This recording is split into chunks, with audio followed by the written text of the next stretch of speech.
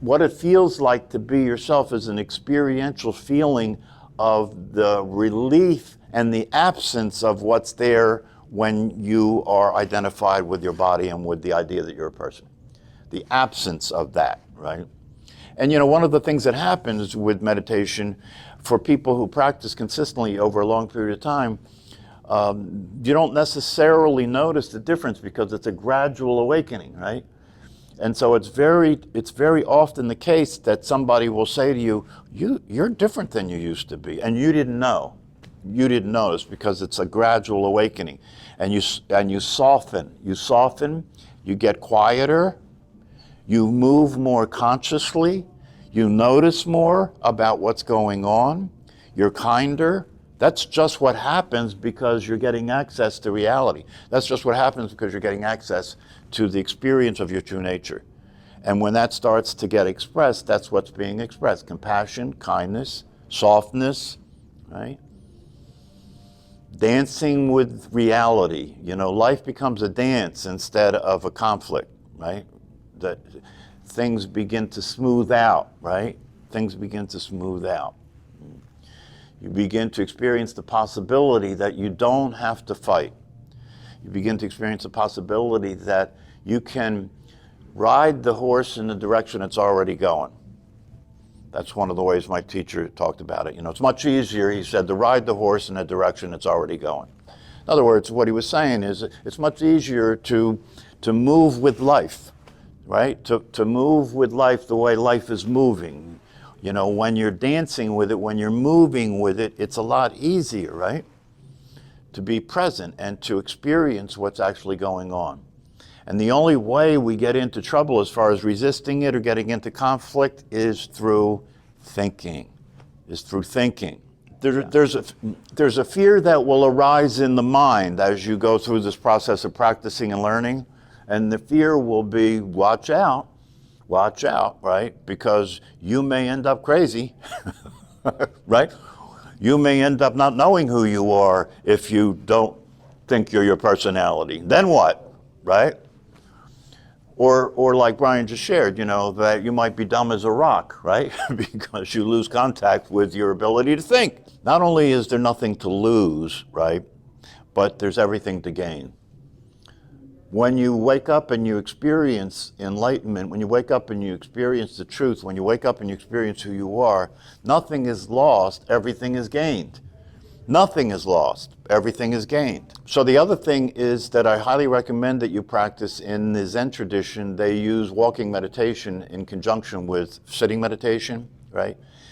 And it's a good thing because the way it's done in the Zen tradition is that you do a sit, and then after you do the sit, everybody gets up and walks for 10 minutes.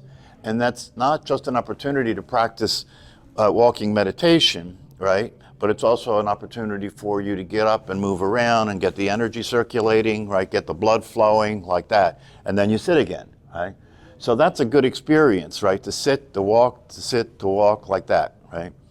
And in the walking meditation, what you want to practice, and I highly recommend that you do practice it because we all walk every day, right? So why not make the walking a meditation, right? We all walk every day. And all you do when you do walking meditation is the same as you practice moving attention from the thinking activity to being aware of the body breathing when you're sitting. Walking, all you do is bring attention to the body walking instead of the body breathing. So what does that mean? You become aware of the body. And what you'll find out if you practice walking meditation, what you'll discover is you spend most of the time when you're walking, even when you're driving your car, right? You spend most of your time thinking when you're walking. And you don't know you're thinking when you're walking, right? In fact, you don't know you're thinking most of the time you're thinking. You don't know you're thinking. In fact, you don't know you're thinking most of the time when you're thinking.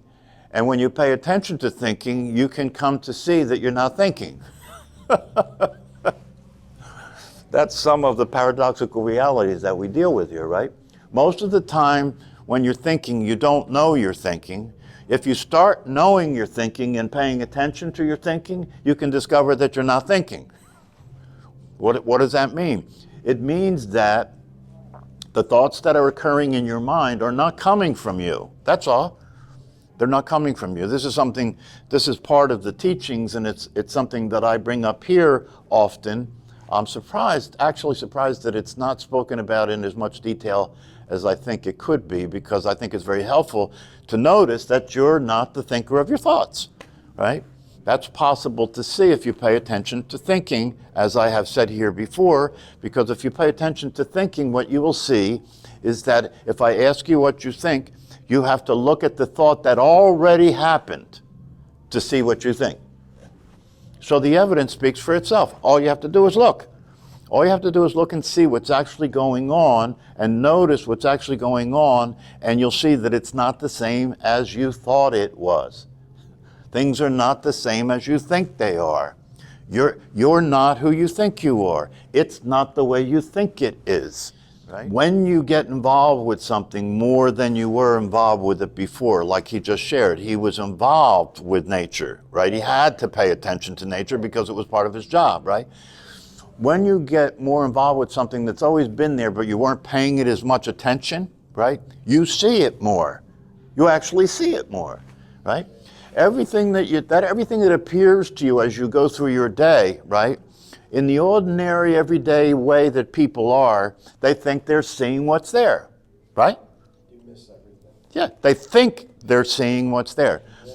But if you learn how to pay attention, you notice that you're not seeing most of what's there, right? You're only seeing what the mind pays attention to that's relative to what you're doing at that moment. The rest of it's not relevant, right? See, but the key is, the refinement of it all is, and the key to the understanding is, it's not I am observing, right?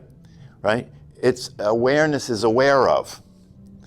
See, that's where you have to be careful, because the identity, the personality, the person will try and sneak into this. Will try and get involved, right? It will try and become who's meditating, right?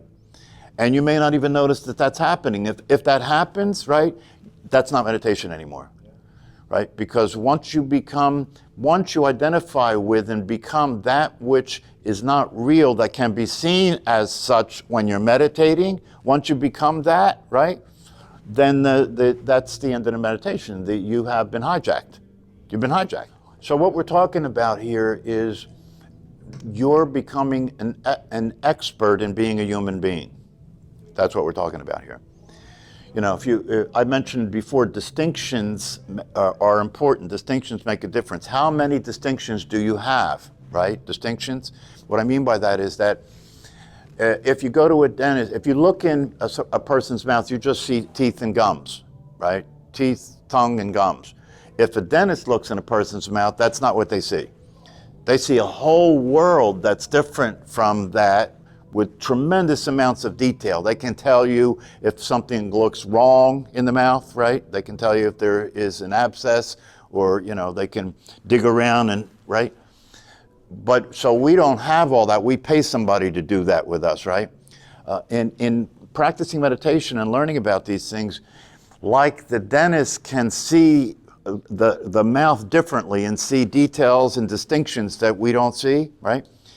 Well, you're learning to become like the dentist about yourself as a human being, right? If you really pay attention, you will see that through this class and through the teachings, right, what happens is you gain more distinctions than you had, right? You see more details about everything than you did before.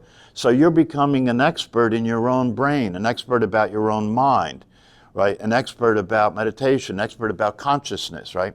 So that you can use these new distinctions, these new things that you're becoming aware of, right, in your practice, right, to have more and more revealed revelation, right, so that more and more can be revealed to you about what's happening in and out, what's happening in your inner world and what's happening in the outer world, right? And so you become more of an expert. This is why in Buddhism they talk about something called skillful means, right? When you have more access to awareness itself, which is infinitely intelligent, when you talk about being dumb as a rock, no, it's the opposite. You're already dumb as a rock. Really, I mean, compared to what there is to know, you and the rock are pretty much in the same on the same level, right? But when you open up to the infinite awareness that you are, right? All there is to know is there. All there is to know is there, right? And that's why people like Einstein said it didn't come from me, right? The theory of relativity didn't come from me. When I was receptive and open, it just happened. It just came, it downloaded, right? And so if you come to understand these things, one of the things you want is you want to get more downloads, right? You want more downloads, right? So you can download and update and upgrade the software. Download, upgrade the software. So when you boot up in the morning, right? Right, there isn't a lot of corrupt files. So that when you boot up in the morning, the software runs smoothly, right?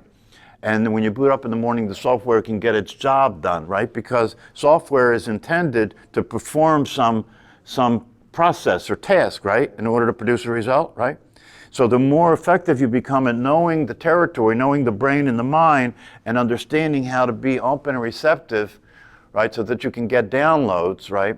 That those downloads, when they download, will continually reorganize your brain and bring new things into play, right? If you pay attention, you can actually notice when you're aware of something that you didn't know before, and it didn't come from any specific detailed learning process. It just showed up. Now you see something you didn't see before. Now you know something you didn't know before, right? That's what downloading brings about for people. So, it's a very effective way of learning, because you don't have to do anything but sit there and be open, right? Just sit there and be open, right? And stuff starts to come in, you start to experience downloads. So understand that is part of this. When you're practicing meditation, you're sitting still and you're being open and receptive and you're not thinking, right? It's almost like you're one of these telescopes that they use to get communication from deep space, right? You're open and receptive like one of these, what do they call these? What's this, the shape of that thing that they have? Disc, these discs, right? So when you're meditating, it's almost like you're in this shut down state, this contracted state, and when you meditate, it's like you open, right? You open just like you're this disk that's open and now receiving data from infinite intelligence, receiving data from infinite awareness, and you're just sitting receiving the data. So that's one way to think about meditation that helps you to helps to motivate you, right? Because when you receive this new data, right, and it integrates with the system that you are, right, you start having different experiences than you were having before. You start noticing something's different about the way you see things, right? So this is the process. There's many aspects to the process, right? But the most important thing is to listen to things like I read to you today, and to continue to explore this, and to continue to be convinced and trust the truth, right? That this life that you're living can be fulfilled. This life that you're living can be fulfilled. What's that mean? It means that you go on from stage 2, which means you learn how to be a person. That's stage 2. Stage 1 is you're born and you're just awareness, right? That's the baby without language, just born, just awareness, right? That's stage 1. Stage 2, you learn to be a person, right? For most of humanity, that's the end of the show. You die as a person, right? But what the wisdom teachings tell us is that that's stage 2. There is a stage 3. Stage 3 is you wake up and realize you're the awareness that became the person. Now you're the awareness and the person, and that allows you to be in the world as a person, right? But to know that you're not of the world. That's the third stage, right? Most people don't get to the third stage, right? So you could say that as things stand right now, the human race is under-evolved. Under-evolved, right? But you're here, so you're the leading edge. What's it feel like to be the leading edge of humanity? See, that's one of the reasons why I don't manifest things from the ethers for you. I mean, that's one of the reasons that I don't think doing tricks is a good idea. If I had everybody in here, get a bottle of water and then I turned it into wine, you couldn't get in this room next time. Right? You couldn't get in this room.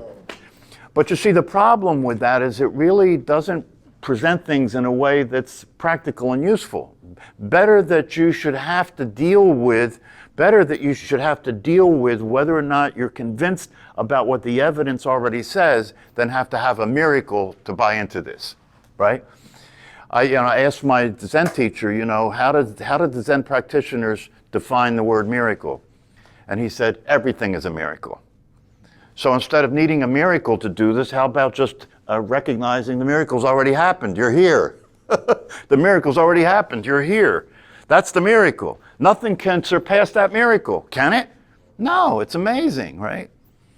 So look at it that way, right?